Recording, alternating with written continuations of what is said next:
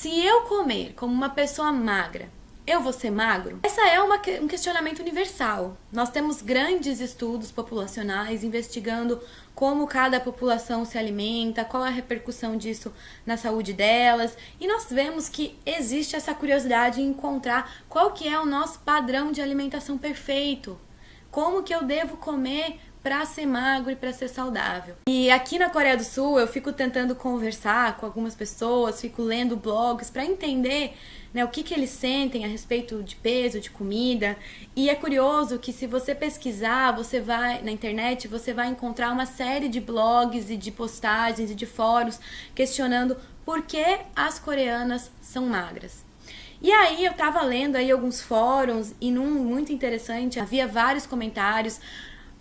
Alguns coreanos falando que era por causa da dieta deles, outros falando que era porque os coreanos são realmente, naturalmente magros, geneticamente. E teve um comentário que me chamou muita atenção, que eu achei o máximo.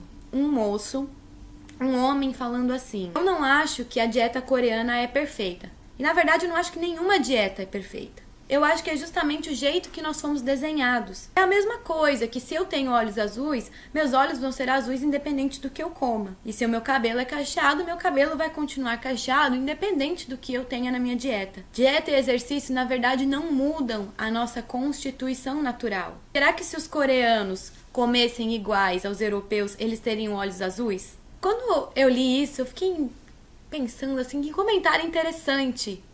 E quando você pensa, será que os coreanos comessem iguais os europeus, eles teriam olhos azuis? Essa pergunta parece até meio ridícula, né? Porque é óbvio que não. Se eu tenho olhos azuis, eu nasci com olhos azuis. Se eu tenho cabelo preto, meu cabelo é preto. Não vai mudar, independente se eu coma igual alguém que tem cabelo preto.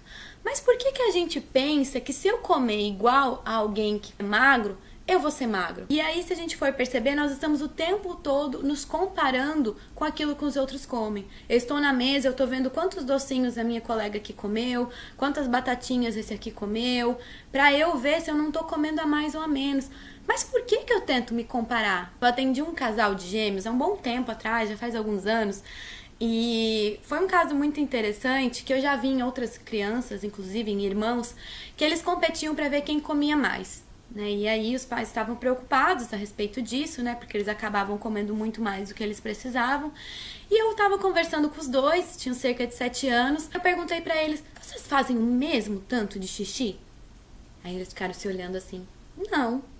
Vocês dormem exatamente a mesma quantidade de horas de sono? Não. Eu falei: mas por que vocês têm que comer a mesma quantidade de comida?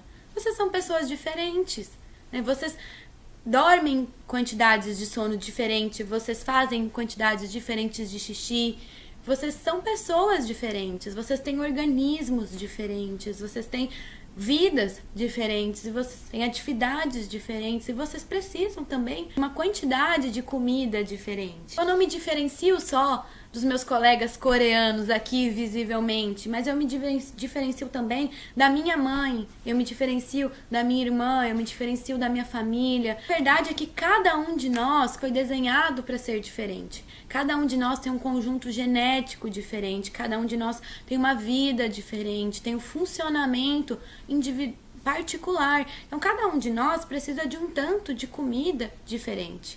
Seja falando em termos populacionais ou falando mesmo de indivíduo para indivíduo. Eu não como o mesmo tanto que você. Então não faz sentido eu estar na mesa comendo com você e querer me comparar para nós comermos a mesma quantidade. Nós não fazemos a mesma quantidade de xixi. Nós não temos o mesmo corpo. Eu acredito que o caminho não é a gente tentar encontrar qual que é.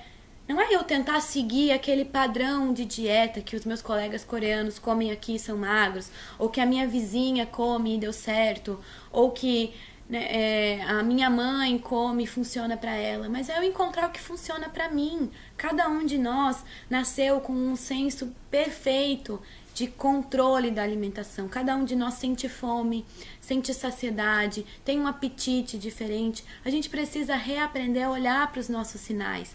Essa é a filosofia da alimentação intuitiva, essa forma diferente de olhar para a comida. Eu reaprender o que o meu corpo pede. Quando eu sinto fome, quando eu estou saciada, o que o meu corpo está me dizendo?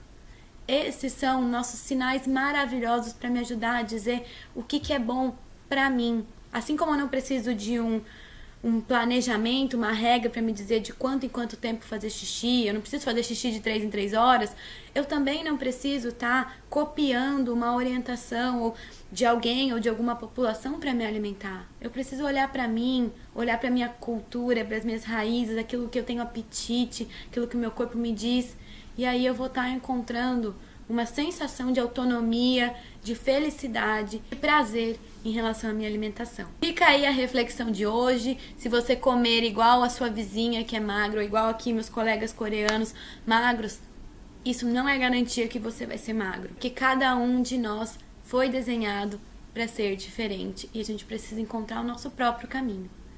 Um grande abraço para você e a gente se vê aí no próximo vídeo.